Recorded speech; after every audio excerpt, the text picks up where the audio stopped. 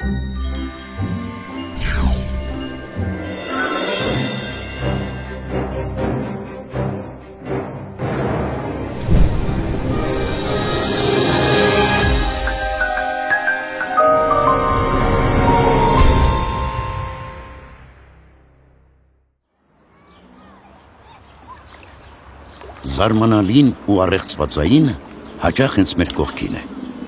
Պետք է միայն նկատել ու գնահատել այն։ Օրինակ, մեր քաղաքների փողոցներում ու պուրակներում կարելի է հանդիպել բազմահազարամյա պատմություն ունեցող հսկայական քարարձանների։ Ինչ են դրանք եւ ինչ դեր են ունեցել հայերի անցյալում։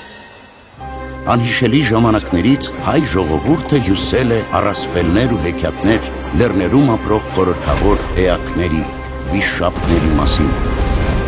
Հեքիաթներում նրանք աղբյուրների տիրակալներ էին։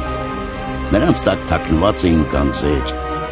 Վիշապներն էլ մեկ բարի ու իմաստուն էին, մեկ չար ու սարսափելի։ Բայց որտեղից են ծնվել այդ հեքիաթները։ Նրանց հիմքում հայ ժողովրդի իրական պատմությունն ու դիցաբանությունն է։ Հազարամյակներ առաջ մեր նախնիները լեռներում տեղադրում էին ուղղաձիգ քարարձաններ, որոնց անվանել են վիշապներ կամ վիշապաքարեր։ Ասելով վիշապ, մենք այսօր պատկերացնում ենք հսկայական թևավոր հրեշ կամ այլ ոչ բարի էակ։ Բայց հնում վիշապ բառը հայերենում սարսափելի բան չէր, այլ ընդամենը նշանակում էր մեծ, հսկա։ Մենք ինչպես հնում, այնպես էլ այսօր կետին անվանում ենք վիշապ ձուկ, իսկ պտտահողմին վիշապ քամի։ Իսկ որն էր այդ մեծ մինչև 5 մետր բարձրություն ունեցող առեղծվածային արձանների իրական նշանակությունը։ Պարզվում է, որ վիշապաքարերը իրոք կանգնեցվել են աղբյուրների ու լճերի մոտ, առուների ու ջրանցքների ակունքներում եւ նվիրված են եղել հայերի մայր աստվածությանը, որը կապված էր ջրի հետ եւ որի խորհրդանիշը ձուկն էր։ Լեռներում կանգնեցված ձկնակերտ վիշապաքարերը մեր նախնիների համար իսկական սրբավայրեր էին։ Այդտեղ տոնական օրերին հատուկ ծիսակատարություններ էին կազմակերպվում։ Իսկ երաշտի ժամանակ մարդիկ ուխտագնացություն էին կատարում դեպի այդ սրբավայրերը, ջուր եւ բերքառատություն խնդրելով աստվածներից եւ զոհ մատուցելով նրանց։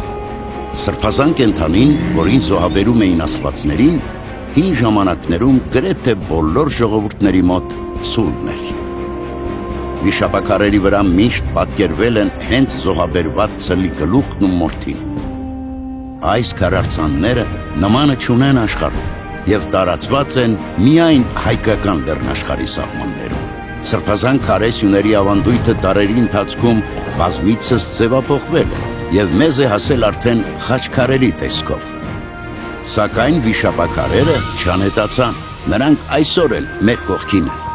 Ճիշտ է, մենք նրանցից այլևս չենք խնդրում ջուր ու բերք պարգևել, բայց վիշապաքարերը հիշեցնում են մեզ, թե որքան առեղծվածային է հայ ժողովրդի պատմությունը եւ որքան գաղտնիքներ դեռ սպասում են իրենց բացահայտմանը։